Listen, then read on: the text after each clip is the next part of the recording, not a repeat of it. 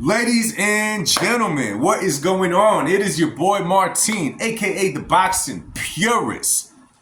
Welcome to my channel, and let's get right into this one, man. Let's get right into this one. Before anything, I want to just say a quick something, okay? I'm not sure, okay, what's going on with my YouTube channel as of late. It completely took a fall ever since I said some comments that has upset a few baby ears. And yeah, I did use the term baby ears. I'm not going to apologize for that because I think it's really... Let me tell you guys something. I do not believe in cancel culture. I am what you call old school. I am from a generation where if someone says someone you don't like, you don't cancel them out, get your feelings hurt, run away, and try to throw shade on them. I'm not from that generation, so guess what? It's the Truth and Absolute channel. If I want to do whatever on my channel, if in the mix of talking boxing, I want to congratulate the new president of the United States, that's exactly what I'm going to do. There's plenty of boxing channels, man. You want a fabricated one that watches what they say to not upset you? By all means. Now let's get right into this one. Adults only, baby. What up, family? What up? First thing I want to talk about, and I'm almost excited to talk about this subject. Really, really good. Yo, Keyshawn Davis, right? Keyshawn Davis, you guys already know, he's 12-0. The man has 9 knockouts, if I'm not mistaken, under his belt. And if you also know, the man's been also calling out a very, very fabricated fighter in Tank Davis, okay? Now, how am I gonna say that? How could I possibly say that? He is so accomplished. He knocks everybody out. He has a high KO percentage. Most of his fights don't go to the 12th round, blah, blah, blah. You think I give a damn what other boxing analysts say? You think that just because someone else says it, you think because a Teddy Atlas or a Stephen A. Smith says something about a fighter, I have to agree with it? It has to be true? I'm an adult. I'm a grown man. I have a freedom of speech. So therefore, Keyshawn Davis says some things that were spot on. I'm talking about spot on. I'm talking about spot on, like you see that eye on the Ninja Turtle, like getting a little dart, throwing it and hitting spot on the pupil. Because I've been talking about this for a very long time, and Keyshawn Davis finally came out and said it, and I'm going to agree with him, and I'm going to repeat what he said. You guys have heard me for a long time say that as far as Tank Davis, the idea that a lot of people have on him, it's a fabricated idea. It's an idea that they sold to you guys, a lot of you guys. First of all, if you're a guy that gives Tank props as far as his skill, what he's actually able to do in the ring, his God-given abilities, I won't argue that because I agree with you guys. I totally agree that he has the potential across the board. I'm not talking about his stats. Now, for all the sensitive ears that here's something they don't like and they run away from it, you could be gone or you could be a grown person and just listen to what I'm saying, okay? Keyshawn Davis said that it's enough is enough. Tank has been tricking the boxing world for a very long time. And guess what? He's not lying. He's not lying. Now, I'm not going to go as far as to say as Keyshawn, yeah, you're right, man. He's tricked the boxing world. You should definitely get inside the ring with him and show him what's up. I would not take it that far because in all reality, Keyshawn Davis is only 12 fights in. And although he's good, he does not have the experience to step in there with a fighter like Tank Davis, who's had a longer career, who's been in the ring way more times, who has more professional fights under his belt. I'm not going to say Keyshawn will beat Tank. I don't see that happening. But what Keyshawn Davis is saying is what a lot of people probably been thinking that are even paid to say otherwise, okay? But Keyshawn Davis pretty much let let the cat out of the bag. And yeah, I agree 100%. It is true. I don't care if they sell the idea to people that Tank is some face of boxing, a monster, a great. We ain't never seen no one like him. Because guess what? I don't agree with it. And why don't I agree with it? Because when I take a look at Tank Davis' resume, even over the last 2 or 3 years, I tell you the truth, I'm not impressed by it. And why am I not impressed by it? And you guys may throw names out there, okay? Yeah, you may throw Ryan Garcia out there. You may throw Mario Barrios. Listen. By all means, Tank has fair and square W's over those guys. And why is it fair and square? Because there were ideas brought to make the fight happen. One side saw it, the other side saw it, and once they both agree and once they both sign on the dotted line, it's all fair. It's all fair. It's all good inside that ring. But to the man watching on the outside, myself and others who are allowed to say whatever the hell they want, I'm like, absolutely not. I don't care if Ryan Garcia and Mario Barrios agreed to fight at a lower weight and also agreed to a rehydration clause. I don't care about none of that. What I'm looking at is the fact that you put that in the contract to get a fight with you. That is the part that I'm looking at. Of course, they signed on it. That's their fault by all means. I'm talking about the fact that you put that into a contract. Your handlers put that into a contract and gave it to them. This is all I can think about. And I'm going to put it in different perspective, okay? This is all I'm going to think about, okay? Could you imagine a one-on-one basketball game between Kobe Bryant and Michael Jordan, obviously hypothetically, y'all, between Kobe Bryant and Michael Jordan, and Kobe tells Michael, you could do whatever you want, just don't hit me with that fadeaway. It's all good. We could play one-on-one, just don't hit me with the fadeaway. Or vice versa. Jordan tells Kobe, you can't hit me with that fadeaway. Everything else is fair, but that fadeaway has to stay out, and they both sign on it. It may be fair because they both signed on it and they agreed to it and their camps brought it together. From the outside looking in, I'm still like, man, that's a weak move. Gosh darn it, that's a weak move. Why? Why? At this point, you're only fighting like, what do you call it? Like an image of that person. You're not taking on that image completely, that person fully, because you took some of their potential out of it before you could even step in the ring with them. And that's how I look at Tank Davis' career. The guy has power in both hands. Tank Davis is fast. Tank Davis is really good at cutting off the ring and hitting you with certain angles, kind of like Bam did. Bam Rodriguez did, okay? The same way. He has all the potential. But until I see him challenge himself, you better believe I'm not gonna talk about Tank Davis the way that the PBC fanboys and them sell him to people. I'm simply not gonna do it. So I'm gonna leave this one at this.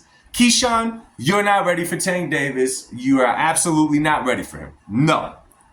Keyshawn Davis, what you said about Tank Davis, I agree with you 100%, and thank you for saying it. Thank you for saying it. You're only saying what a lot of people wish they could say. You're only saying what a lot of boxing analysts wish they could say, but they're on the payroll, therefore they have to only say what's in the script in front of them. I have no script. I say what the hell I want to say.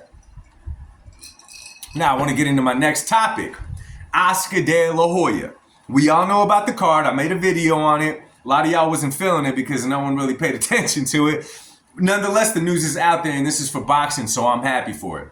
We all heard about the card that De La Hoya proposed to Jive Turkey Al-Sheikh, right? He wants Boots versus Virgil Ortiz, Diego Pacheco versus Jaime Munguia, who was it? Ramirez versus Devin Haney, and William Zepeda versus Shakur Stevenson. That card, let me just say, I pray it happens. I hope it happens. That would be must-watch TV, okay? This is the funny part. This is where it gets funny, and a lot of you guys are going to like this. You ready? You ready? Can I get a drum roll? Anybody got a drum? De La Hoya wants to make this fight, this card, happen on Cinco de Mayo weekend. Cinco de Mayo weekend. Okay, am I the only one that gets it? I'll give you guys a few more seconds. Who fights on Cinco de Mayo weekend, y'all? Once upon a time, it was De La Hoya's weekend for boxing. Then it turned into Floyd Mayweather's weekend for boxing. Now, it's the redheaded Canelo's weekend for boxing. Only problem is, it's still his weekend for boxing. So, when I saw that, Oscar De La Hoya loves the drama. He loves the drama. He loves the attention. He loves picking at Canelo. He wants to make this event for Cinco de Mayo. Now, this is what I'm thinking. Okay, you're going to make it for Cinco de Mayo. You saw that Dana White and Jive Turkey put that UFC event together, Noche, and they had to lower the prices because right down the road, there was a Canelo event going on. Not a Canelo boxing match, a Canelo event when everybody comes out. It doesn't matter where you're from. It doesn't matter your ethnic background. It doesn't matter none of that. A Canelo event is a boxing event that everybody wants to be a part of. It doesn't matter what event's going on across the street, down the street, or overseas in Saudi Arabia. I'm just surprised that Oscar De La Hoya has such a brilliant, beautiful card in all those guys I just named, and he's still thinking about trying to overpower Canelo. That's my thing. You know what that is a recipe for? That is a recipe to make a great, great card that is going to be so expensive to put together, make, lose money. Because let me tell y'all something. You could line them up on a roster. You could do it all. You could pick all the fights to fill it all up. You could put Eminem as a concert. You could do all of that. But when a Canelo event is going on down the street, it's better that you don't, because all you're going to do is lose a lot of money. And damn it, De La Hoya, didn't you learn that last time? I don't understand that. I don't see it. I'm excited for the card, but I'm not ready for that card to compete with a Canelo card and have us, the fans, choosing which fight we're going to watch. Because what does that mean? Oscar De La Hoya is not thinking about the sport. He's thinking about himself, and that's it. So I thought I'd throw that out there. The fact that he wants to make it for Cinco de Mayo weekend because it's a Latino card, bro, I get it. It would make perfect sense. But your old fighter Canelo, he owns that weekend. De La Hoya, don't even go down that route. You're just going to waste millions of dollars. You just sold Ring Magazine to Jive Turkey. We'll see what happens with that. Yo, count your wins and stop trying to attack Canelo. Those days are over. You sound like a sour ex-girlfriend, Oscar De La Hoya. Knock it off. One more thing I wanted to talk about, and yeah, it's a few topics. Andy Cruz. Now, I started this video with talking about Keyshawn Davis, right? Now, hold on. Andy Cruz just came out and said, I'm 4-0. And then he said, I'm 4-0 against my son. I'm like, who the hell is Andy Cruz talking about against his son? He was talking about Keyshawn Davis. So I guess in the amateurs, these guys got history. Where Andy Cruz, and this is what I read for it, he beat Keyshawn Davis 4 times in the amateurs. This is one thing to remember. I've seen this before. A lot of y'all may not remember. Years and years and years ago, right? When Demetrius Andrade was looking for a fight. This was like 4 or 5 years ago, maybe. He was looking for a fight and nobody was fighting this guy, okay? Which obviously he wasn't smart with it, because he just simply didn't fight. He didn't just get a fight to stay active. He just didn't fight. But there was a boxer, Cuban boxer, by the name of, y'all may be familiar with him, Erislandy Lara. Now, Erislandy Lara beat Demetrius Andrade in the amateurs, right? So he said, I'll never forget Lara said this, I beat you in the amateurs for free, I'll beat you in the ring and get paid for it this time. Obviously, we see that didn't get nowhere. Andy Cruz right now calling out Keyshawn Davis is a great thing for boxing. But Keyshawn Davis, I'm sure that he's familiar with the Cuban boxing program. I'm sure that he's familiar with the fact that Cubans take gold in the Olympics more often than none, okay? A lot of times the transition from the Cuban fighters from the amateur program to the professional, it doesn't always work out great. More times than none, actually. It doesn't work out good for them because they're so used to the technical, to the tactical boxing. You know what I'm saying? They're used to the technical factor of it, that it doesn't go good for them once they turn pro most of the time. But Andy Cruz right now is catching Keyshawn Davis at a good time, in my personal opinion. He's catching him at a good time right now because he's on the up and coming. And the fact that Keyshawn Davis is calling out fighters like Tank Davis, who a lot of people would say is the man at 135, is a good look in my personal opinion, because it shows that he's going for the big fights. Andy Cruz, however, is what you would call high risk, low reward. A fight with Andy Cruz right now for anyone at 135 is not a smart move unless you're an up-and-comer as well, because a guy who's slick, who could box, who has that Cuban amateur background in his pedigree is a really hard fighter to deal with for anybody. I don't care who you are. So what I really wanted to get off my chest is what Keyshawn Davis said, because I really liked it. I wanted to talk about Oscar, but I want to finish with one thing, man, and this part is for the adults only, okay? So you guys know that this is the Truth and Absolute channel.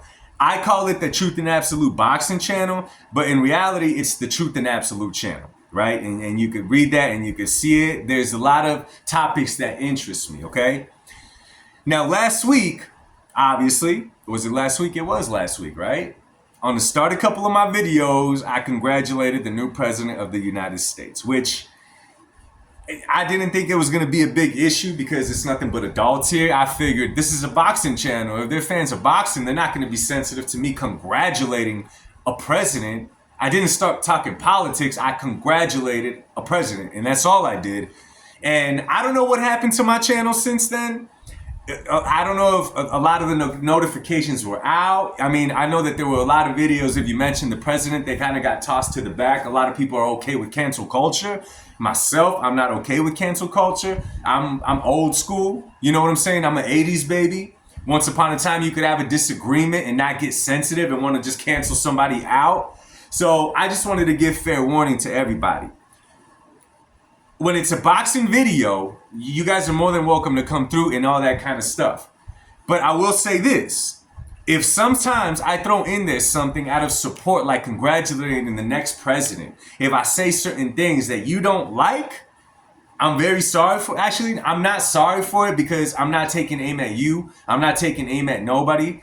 It's a form of support is a form of love. Therefore, I don't know why people lost their minds over it. But nonetheless, again, I don't apologize for it. Everybody, okay? I don't care what you believe. You're welcome to my channel. I don't care what's your background, religious background, the way that you vote. I don't care. Because guess what? You see that flag? You got the freedom of speech, and I'm going to respect your freedom of speech, obviously, unless you're threatening me. That's different, right? So drop whatever in the comment section. Say whatever you're going to say. I'm not going to cancel you or block you out because I respect your opinion.